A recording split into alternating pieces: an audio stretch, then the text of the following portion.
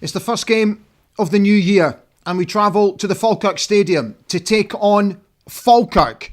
Tomorrow afternoon, 3 o'clock kickoff, and if you take a look at the table, you will see how important this game is for the Dons tomorrow and how important it is to start the new year on the front foot. Falkirk sit just 1 point behind us. Other fixtures tomorrow include the Glasgow Derby, the Dundee Derby, the Leaders Hearts take on Livingston, Kilmarnock take on Hibs, and Motherwell face St Mirren. But tomorrow, it's all about the Dons, and it's all about getting back to winning ways at the start of the year. Hello everybody, a very warm welcome to Ali Beg AB TV in the year 2026. A very happy new year to each and every one of you. I hope you all had a lovely Christmas and a fantastic new year. So, this is the preview show ahead of our game against Falkirk tomorrow. Let me tell you what's coming up tonight, because I've done quite a chunky chat today with Gary Scott, 1/3 of the ABZ podcast chaps. If you follow those guys, you know they are all hugely passionate Aberdeen fans. They have an excellent podcast and they also write excellent blogs. So what prompted me to speak to Gary was I read his blog that he posted on socials just a couple of days ago, talking about the football club in its current state. And what was really interesting was right at the end of the blog, he is suggesting that it's time for the manager to go. So I thought this would be the perfect opportunity to get Gary on and have a wee chat about everything that's going on at the club. It's nearly 15 minutes long. That's how much we had to discuss. And I have to say, Gary spoke eloquently and quite brilliantly about the current situation. So I'm going to bring that to you in just a moment. I think you'll enjoy the chat. So, obviously I've not been with you since the Celtic game. I have to be honest with you, and I've toyed with this today, and the last thing I wanted to do was start the new year feeling negative about things. Didn't want to do that. I thought, clean slate, new year, let's get going again. But after watching the Hibs game, particularly the second half, it left me quite deflated, I have to be honest. And I'm glad I didn't do a show, because I think I would have said one or two things that I might have regretted, because that is not an Aberdeen team. That's not what Aberdeen is all about. That football that was on display, particularly in the second half, is a football team that I do not recognise and I do not know, and I certainly do not love. The football on display at the moment, which Gary and I discuss, is particularly woeful. It's not just woeful, it's bloody awful. Let's be honest. This is not an Aberdeen team. This is not how we should be playing football. And we should not be moping about mid-table. Absolutely not. And my biggest fear is that we will. So, I don't know where you guys stand with the manager, but what I will tell you is I'm fed up. I've discussed it with Gary, and I said exactly the same thing to him. I'm really, really fed up. So I'm hoping with the January transfer window, something gets ignited. Something. There's a bright spark from somewhere. We have a relatively new head of recruitment. We have a relatively new director of football. The director of football, we will really get to know his credibility and what he is all about in the next 30 days or so. Because I think he's got a hell of a job on his hand. But where does that leave our manager? Will he be afforded the time to work with a new set of players? What if, worst case scenario, what if we lose tomorrow? We drop down another position to 8th. Then we have a double header against Rangers, beginning at Ibrox. If they beat Celtic tomorrow, which, to be honest with you, the way the two teams are playing, I think they will. If they beat Celtic tomorrow, their tails will be up and welcome us on Tuesday night, I think it is, to Ibrox. Then we play them again. What if we face 3 defeats in a week. Where does that leave us? There's lots and lots of questions to be asked. And what I hate is that we are asking these questions at the beginning of a new year. There's too much negativity for me. I don't like it. I'm not comfortable with it. It annoys me. It angers me. But unfortunately, this is the reality of it. This is where we are at. And where we are at is we are a mediocre mid-table team. And we absolutely should not be. Especially after winning the Scottish Cup. Right, the team for tomorrow. So, do you know what I'm going to do? Tonight I'm going to change it up. I'm going to give you the team that I want the manager to play tomorrow. Always get nervous doing this bit. Tell me what you think. So I toyed with the goalkeeper, but I'm going to keep him in. I'm going to go with our normal sort of back three. But I expect Dylan to come back. Surprised if he isn't in the team. I've gone with Emmanuel on the other side. I would like to see Kjartansson starting again. I think this is the type of game that could suit him. I think he needs minutes, more minutes, to really show what he's all about. I think he'll go with a deal. I'm happy to have a deal in there. I'm happy to start with Toppy on the right-hand side, and I'm happy to start with Jesper on the left for just now, with Kevin to start up front. Match stats for you. So Falkirk have managed just 1 win in their last 6, while Aberdeen have won 2 from our last 8. Saturday's match will be the Dons' first visit to Falkirk in 13 years, and our first in the league in 16 years. Falkirk's recent defeat against Dundee marked their 3rd match without scoring, and over their last 5, they have failed to notch more than a single goal. The man in the charge is John Beaton. On VAR is Ryan Lee. I want to wish everyone at Saltire Energy a very happy new year. Thank you for their continued support, a global market leader in specialist drilling equipment rental, as well as that, torquing, testing, refurbishment and welding. Thank you to Saltire Energy who continue to support me here on the channel. So, a couple of little things about the team. Jesper. I'm going to start with Jesper. I toyed about Jesper Karlsson. But I think he is the type of player that can pull something out of nothing. But, and it's a big, big but, and I don't think the manager would do this. I think he needs a slap. And I think he needs a heavy slap. Because at the moment, the impression I get about Jesper Karlsson is he's playing for himself and he's not playing for the team. I don't know if you noticed in the game against Hibs where he was looking for Emmanuel Gyamfi to overlap him on the left-hand side. Emmanuel went, checked, but by that point Jesper had already played the ball into the space. And if my memory serves me correct, Jesper Karlsson said something on the lines of go to the ball. Something like that. It was something like that he said. But I sometimes feel that Jesper needs to stop all this ticky-tacky nonsense and get the ball into the box. Just get it in. You don't have to beat your defender 2 or 3 times. You don't have to cut back. Just put the bloody thing into the box.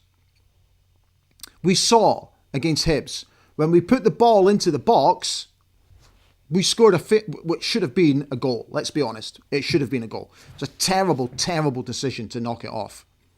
We get the ball in the box, anything can happen. It's my biggest bugbear at the moment. We're not getting balls into the box. We're really not. So I'm going to start with him. Reluctantly, I'm going to start with him. But he's got to sort himself out. Because if he doesn't, I think he could be away in January. And if I'm being honest, brutally honest, I wouldn't be overly bothered if he does or if he doesn't. Right, I'm going to get Gary on now from ABZ Podcast, because what I want you to do is I want you to have a wee look, have a wee listen, and tell me what you think. And then I know there's a lot of you on tonight, so I will get to your comments, but I want you to watch this first so that you could react to it and then give us your thoughts after it. So welcome back to the show, because it has been a wee while. Gary Scott from the ABZ Podcast. Hello, fella. It's really good to see you. Sorry that I've not had you on for a wee while, so I'm really pleased that you're here. Did you have a nice New Year and Christmas? Christmas New Year was good. Yeah, all good. You? Great. Yeah, lovely. It was really nice. Thank you. Right. So, I read your blog. I listened to your podcast after the Hibs game, and I have to say that I felt that you and the chaps nailed just about everything. I thought you got it all just about spot on. What I particularly liked was the way you ended your blog. So if you haven't read this blog, please go to the ABZ podcast, guys, and read their latest blog about Yimi Talene. Now, this is my first show since, I can't even remember, mate, since coming back from the festive period. And I wasn't ready to say this publicly, but I am now after the Hibs game. I do think, like you guys, that we need to look elsewhere because I'm fed up. I'm really fed up. And I think everybody is now fed up, mate. What tipped you? Um, it's funny. So this is one of the interesting parts, I guess, with our show is that you've got the three of us, right? So you've then got three different opinions at any given time about anything that's happening in the football club, and it's probably fair to say Gav's been probably more swaying towards like the not being sold on Tulane for quite some time, probably even before the cup final. To be fair, Graham's probably a little bit more on the fence, and I've had these niggling doubts there for a while. But I was kind of willing to let last season play out because first season of the new gaffer, I wasn't convinced about the fact that the recruitment that happened in the summer when he arrived was necessarily all his doing or what he wanted. We kind of panicked around a little bit in January. We changed things up. We won the cup, for goodness sakes. You know, it's like, let's give the guy the chance. Let's see what happens. And also, I Yeah. think, to be fair, I was so tired as well, but I was just continually being 12 months down the road and sacking another manager and having to rip up everything. So I was kind of really willing to let this go for a bit longer and see how we went this season. And then I think, realistically, I think the tipping point for me was Tannadice earlier this season, the 2-0 defeat, Mm. where we could have been playing there for days and we wouldn't have scored a goal. And I think that was a tipping point for a lot of Aberdeen fans, to be fair, was that evening. And then you've got to give Tulane credit in the sense of that they changed it up and they changed the system and they changed the shape and we became a little bit more difficult to play against and we stopped conceding quite so many stupid goals. And we got a run of wins and you kind of got up the table and you went, okay, well, maybe part of that was all around getting to the January window, right? Let's get to the January window. Let's reset. The squad's not been good enough in terms of recruitment or whatever it is. Let's get there. Let's get Lutz Pfannenstiel in the door. Let's see where we go and let's take it from there. But Easter Road on Tuesday night, it for me, it was a microcosm of the last 18 months in one game with football. You know, like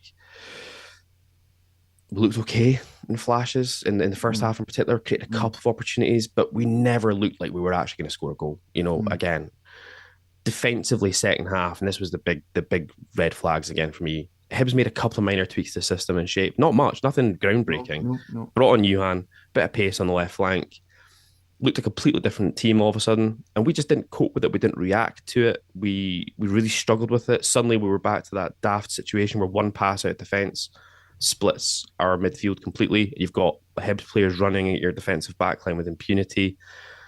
The first goal, I think we spoke about before we started recording, that put that situation, reverse that situation. If it's Aberdeen attacking that way, how many of us right now are confident we score a goal like that? Not very many, I don't think. It's quick, incisive, one touch passing, a bit of movement. All the stuff we're taught when we're primary school kids, you know, by our coaches at primary school level. And I just thought, you know what, this isn't working. This isn't happening. And then defensively in our shape, second half, there were so many occasions during the second half where there were players in positions where they kind of should have been, roughly speaking, in terms of the setup. But then reacting to the situation that was taking place in front of them, they didn't know what to do. So many players you looked at were like, do I press? Do I stay? Do I Yeah. hold? Do I go out to this player? What do I do? And I've seen so many people, and listen, like the blog post is, it's my opinion, right? It's my view. It's not everybody else's view. It seems to have gained a lot of traction for whatever reason, but fine, whatever. But the fact of the matter for me always comes back to that point around, though there are two possible things here in play as to why we are currently so bad to watch. Either A, the recruitment in the summer or over the last 18 months has not been good enough. I think there's an element of truth in that. Mm-hmm. But item two, I don't think they're being coached properly. People will talk about our form's not been great. We've had all these games in Europe to play, and yeah, absolutely, we have done. And other teams outside of the Glasgow Two in Europe, I mean, the Glasgow Two this season have struggled in Europe, let alone everybody else. But there's always that argument about teams outside the Glasgow Two always struggle with European football, the Thursday, Sunday piece. They struggle with it, the tiredness, etc. I was like, what happened on Tuesday night at Easter Road is not a tiredness issue. Exactly. That's nothing to do with that. That's bad coaching. That's a team not being set up. That's a team confused. Yes. And then you need to look at that and go, well, ultimately, who is tasked with coaching the team and getting the team in a system and in a shape and a way of playing that they want to execute? It all falls at the manager and his coaching team. I think that sometimes we disregard some of the coaching team here as well, and that's falls in their shoes. And that's then where you lead to, we're at the January window now. It's a stick or twist decision. Do you decide to back the manager again? And he's been well backed to date so far in the transfer window. Do we back him again to get more recruitment to correct the mistakes that have been made over the last 18 months from a recruitment perspective? And you spend more money on that, and maybe you decide you do. But then do you trust the manager and the coaching staff to get the best out of those players again that you're about to go and spend money on? Or do you decide, now's the time, thanks, Jimmy, but this is the natural point at which to make a break? You see, what I'm concerned about now is it's copy and paste, rinse and repeat.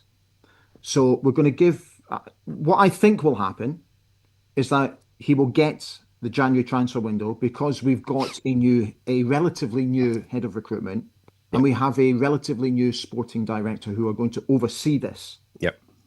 And they're going to bring in players, new players. I really hope we get rid of some dead wood.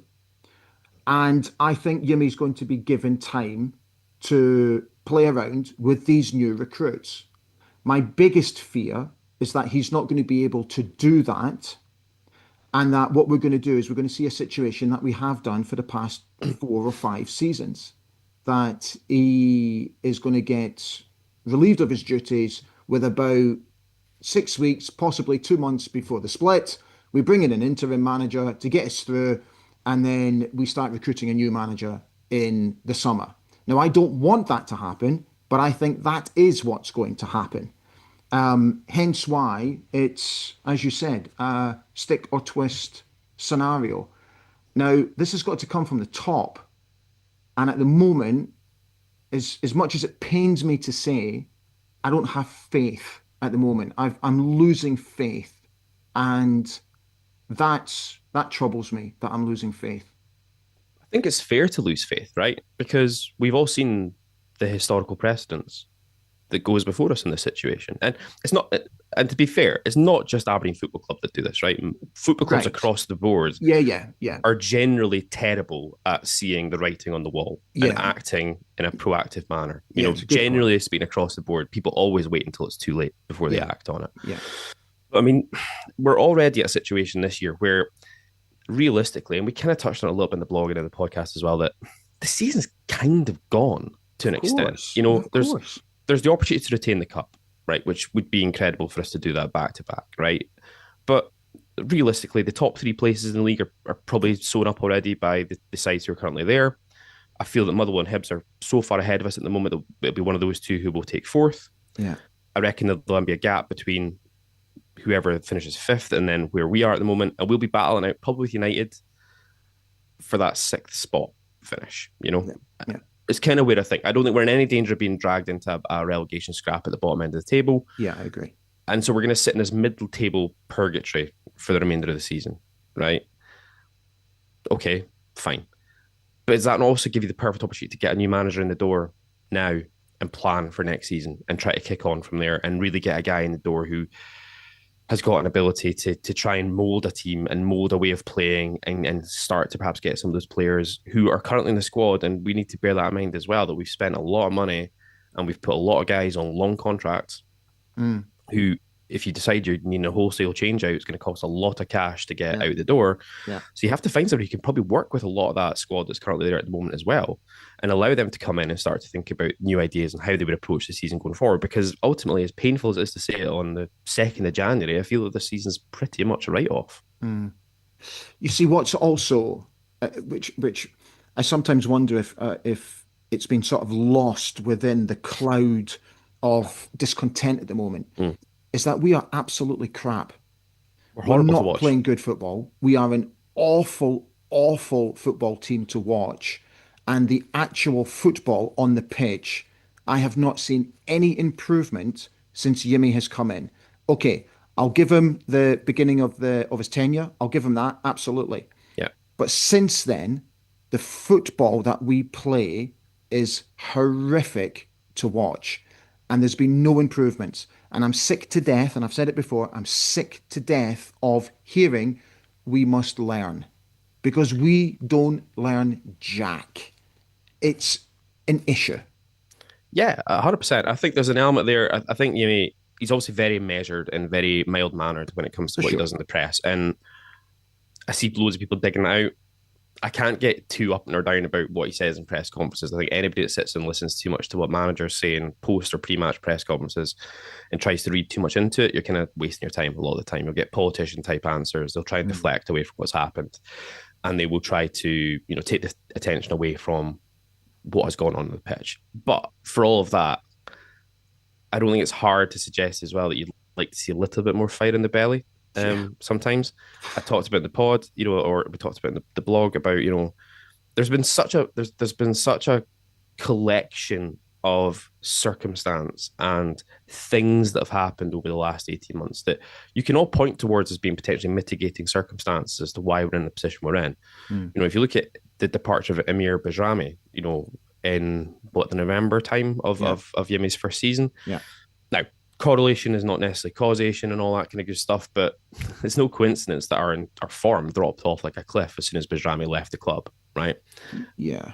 Bajrami was very much the yin to Jimmy's yang, I think, in terms of his sideline demeanor, really passionate, really fired up, clearly had a lot of input on the attacking phase of what we were doing, has never been replaced. And not just has he never been replaced, he would have been one of Jimmy's kind of trusted lieutenants as well, right? And he loses him quite early doors.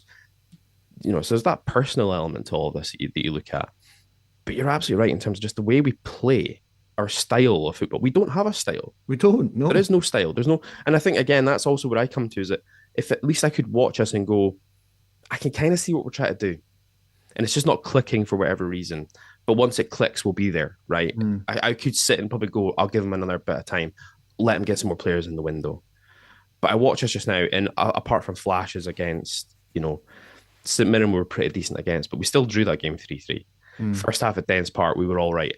But we can't put together a coherent footballing performance for longer than about 15, 20-minute flashes. Yeah, exactly. And again, I always come back to, well, there's something in there that the manager's not picking up on, not spotting, or it's bad coaching. And ultimately it's the manager's responsibility to deal with that, and we're not dealing with it. Okay, so final question. Should he go Yeah. now? My view on this is, as I said earlier on, a sticker twist, right? You make a decision now at this point, and you then have a January window to get a new manager in the door and potentially get some new recruits in that could suit a new manager's style of play, or they at least get the best part of 6 months in the job to work out who within the squad they want for the foreseeable future. Like I say, we're kind of almost in a perfect scenario here. The season's a write-off, right? We're not going to get relegated. We're probably not going to achieve the things we want to achieve at the top end of the table. So give somebody the time to come in and do it. Mm. My concern is, as you said earlier on, that we panic. Well, we spend more money in January. We put more boys on long contracts. We don't clear out the deadwood effectively. That's another thing that we need to look at, and we haven't touched on it here, but it's about man management of the players who are not, getting a look in any longer. Yeah. The Angus MacDonald interview with the P&J was interesting. I think you need to take that with a pinch of salt. It's Angus's Yeah. It's view very on much. life. Yeah. It's very much a one-sided view. Fine, so you need to take that. But at the same time, you do look at that and go, okay, if there's truth in all that as soon as he was taking out the team and Tilleen didn't talk to him again, Yeah. what's then happening with the likes of Leighton Clarkson, with Ante Palaversa, with these guys who are around the squad right now who are almost in a similar situation to what McDonald was in?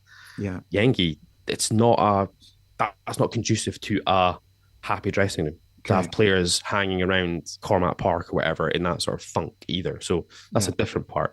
On the manager, I just don't see evidence it's going to get any better. So why now waste the time waiting for it to try and get better when it won't? It's kind of where I'm at right now. And so for that reason, I think this is the perfect opportunity right here to do it. But I don't believe we will. No, I don't think so either. Mate, listen, it's been absolutely fantastic having you on as always. Thank you so much. And I think what we should do is we should readdress this chat on the 1st of February. More than happy to do so. Yeah, brilliant. Mate, continue the fantastic work with the podcast and have a great new year. And I'll speak to you very soon. Thanks, Ali. Cheers. All right, mate. Bye-bye. Thank you, Gary, mate. Lovely to see you as always. Just got some other stats for you about the Falkirk game. Believe it or not, the two sides have scored an identical amount of goals. 20. Shots on target over the piece so far. Falkirk have registered 71 shots on target. We have recorded 78. Off target, Falkirk have 85 efforts off target. We have 84. Away from home, so far this season out of 9 games, we've lost 5, we've won 4. We are the only team in the Scottish Premiership not to record a draw away from home so far this season. But it's very simple for me. We absolutely must improve our shots on target ratio. Against Hibs, we only registered 2 efforts on target. 2. It's just dull, isn't it? It's just dull. Right, I'm going to get you guys on. It's about time I did. Thank you for hanging out. Gordon Keith Ritchie says, good evening, everybody. Happy New Year. We need a win tomorrow and start climbing the table. Hopefully our league form is better this year than last year. The Gala Glass, Happy New Year, everybody. Hearing a lot of talk about needing a striker. What's the point? Even King Joey needed the ball put into him. He would struggle in this team. We just don't get the ball into the box. Bob Duff is here. How are we doing, Bob? He's wishing you all a happy new year, as is Cameron Young. Really hope we can get the result tomorrow against Falkirk. Hoping we get a few new additions in during the window, and let's see who he brings in, hopefully. Kaiser's here, wishing you all a very happy new year, and he quite simply says, Talleen out. Bob says, I wasn't expecting a new player in at the bells of 2026, but I just wonder if the club are hedging their bets on new players until JT's future is confirmed, because there has to be doubts. Yes, mate, I agree. Bob came back to say, with us now having a proper director of football in place, I guess Lutz could sign new players irrespective of who the manager is, JT or somebody else. Kaiser's also not impressed with with Jesper Karlsson. David Horn is here, wishing you all a good evening and a happy new year. Ryan Ellington says, I think Esther Sokler is a good player. At least he tries. Hard to get the ball into the box. Grim Gibbs says, Happy New Year, everybody. Game definitely on tomorrow, he's asking. Pretty grim out there weather-wise. Well, I did notice there was a weather warning up until about noon, I think it is. Don't take that for gospel, but I'm absolutely convinced that I did see that somewhere along the line. David John says, although Sokler's doing well in Serbia, never been convinced by him. Kaiser says, unless we are going to pepper the opposition box with crosses, which we don't, there's no point having Kevin Nisbet in the team. It's a very good point. It's a very simple point, an interesting point. Get the bloody thing into the box. Bob agrees. Nisbet is like Adam Rooney, needs service from the wings. Alexander Wallace says, Happy New Year, dandies. Let's hope we can get a winning run starting tomorrow. Picked my lotto numbers for tonight using Yimmy's method. Well, you got no chance then. Right. Mad Mark says, I don't think Milanovic has been played enough for us to find out if he's at all that good. Merciful Fate says Nizzy, as in Nisbet, is a good SPFL striker who most Scottish teams would love to have, but if he's getting no service, no good forward is going to shine. Exactly, mate. Scott Innes says, annoying thing is, stats in some games we had were 70% possession and absolutely guff all from that amount of possession. Right. Sandra McPherson says, the thing I find most frustrating is the Old Firm are poor, league is there for the taking, but never by us. Mad Mark came back to say, shots on target count, shot that hit a player 3 feet ahead of the player taking the shot, and the ball never gets within 50 feet of the goal, not even on target from my point of view. A few of you are asking why Nicholas Milanovic is not getting more game time. James Muir says it's just brutal to watch. Bob says it's dull, dull, dull. Merciful Fate says no improvement at all since JT arrived.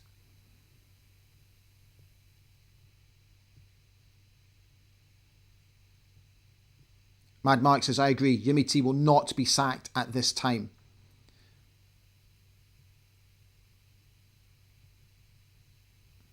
A lot of you asking what's happening to Leighton Clarkson. Elfie Dello says, this season is a write-off, so probably better to change manager now than wait until the summer. Mad Mark says, I hate to say it, but Yimmy T really has to go.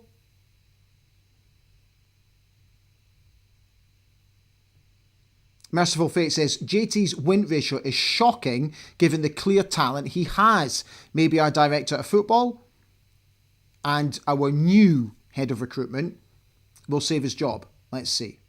Scott Innes says, I think our gameplay is so predictable for other teams. They know what to expect from us, which is nothing pretty much, and the same style of play. Oh, we've been found out. We've absolutely been found out. Teams know how to play against us. Look at Hibs. As we said in the chat, a couple of little tweaks here and there made all the difference. Did we do anything to counter those tweaks? Did we jack? Kaiser says it's not just Tulane either. At least half the squad is nowhere near the standard required. Mad Mark says Yimmy T has been playing basically the same game from day one. How do 1% govern 99% says I want my DNA money back. Thought they deserved it after the Scottish Cup win. How wrong was I? Graham Klein says, worst thing is, every time I buy a season ticket, it's a disaster. How do 1% govern 99 says, when was the last time we beat a man going down the wing and scored from a crossed ball? Do you know, this is the mad thing. This is the thing that makes me mad more than anything, right? Is, hang on, I've just lost something there. Where are you? Right, hang on, just let me fix something here because it's going a wee bit skew-with. Right, hang on a second. My system has just decided to go completely skew-with. There we go, right, I've got it back. Okay. Right, forgive me if I've paused for a second. I'm just trying to get that back. So let me... There we go. Right, so at this juncture, just let me quickly remind you that Alibeg ABTV is brought to you by Quipco International, who service the oil and gas industry. They are a manufacturing and repair company, offer a number of different services and a number of different products which they manufacture specifically for that industry. So if you are based in and around the Abu Dhabi area or even further afield and you're looking for these type of services, check out their website, get in touch with them via sales@quipco.com, and you can also telephone them direct if you wish. Also, coming up very, very soon, not long to go now until I'll be travelling home to spend an evening with these three fine chaps, Johnny Hayes, Adam Rooney and Niall Begin. Now I know that you've just had Christmas and you've had all of that to take care of, I know that. But if you fancy it, come along, because honestly, it's going to be an absolutely brilliant night, all in aid of the Beats in Cancer charity. Going to be at the Douglas Hotel on the 20th of February. I really hope you can make it along. So the thing that I was saying about, what we can all see here, we are all football enthusiasts. We're all amateurs. Yet, how is it that we can see everything that goes wrong? Yet our management and our coaching staff appear not to be able to see it. That confuses me. I'm baffled by that. You know, I had the conversation with Gary before we recorded the interview about how Andrew Budge and I sat down and after the Celtic game and spoke about how easily it was for Celtic to play through our lines. So easy. And against Hibs last week, it was the same again. I counted at least 4 occasions where they played through our lines and were able to counter and put us on the back foot. We're not learning. We're learning absolutely nothing. Yet for the amateur football enthusiast, we can see it. And it's becoming annoying and frustrating. Neil Strachan is here wishing everybody a happy new year. Yeah, Mad Mark says the problem here is that JT doesn't see where the problem actually lies.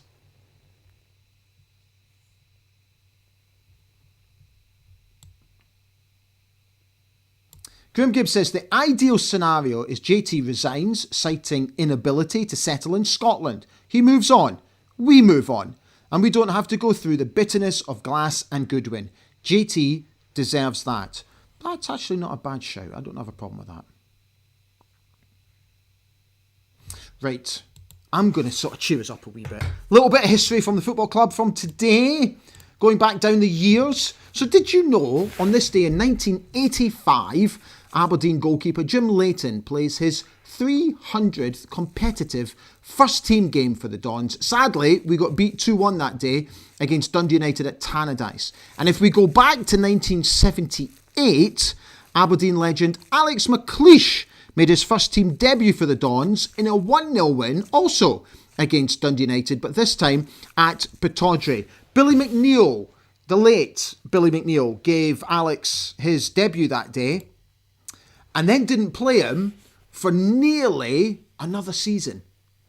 Gave him a taste, gave him a sort of an indication of what life could be as a professional football player, and then told him, right, you've had your sniff, you've had your little taste of it now get back in the reserves and continue to work hard. Which, I don't think such a bad thing, do you? Bob Duff says, Stuart Armstrong is a far better player than what we are seeing. Merciful Fate says, it seems we employ managers incapable of making us hard to beat first and foremost. How do 1% govern 99 says, I'll drive JT to the airport. Oh dear. Colin Massey says, and it's a good point, is it not time for some players to take responsibility? Yes, mate, absolutely. Because some of the decision making recently by our players is bordering on laughable. It really is. It's a collective, and they've got to sort it out, I think, from tomorrow. Because as I said at the top of the show, we've got a hell of a week of football coming up, and it could determine a lot. It really could. But what I will say, before we say good evening, is the very best of luck to the lads tomorrow. I really, really hope that we get the 3 points, that we put in a decent performance, that we have more spirit than what we've shown in recent times, and that we get it right. That's what I want. And I don't just want 15 minutes here and 15 minutes there or 15 minutes again somewhere else. I really, really hope somewhere along the line we can kick in with a 90-minute performance. But I got a feeling that won't happen tomorrow against Falkirk. But let's see. So enjoy your Friday evening. Enjoy the game tomorrow. And I'll be back on Sunday for the review show. So in the meantime, take good care of yourselves. Thank you for being with me. And again, a very happy new year. All the best to you.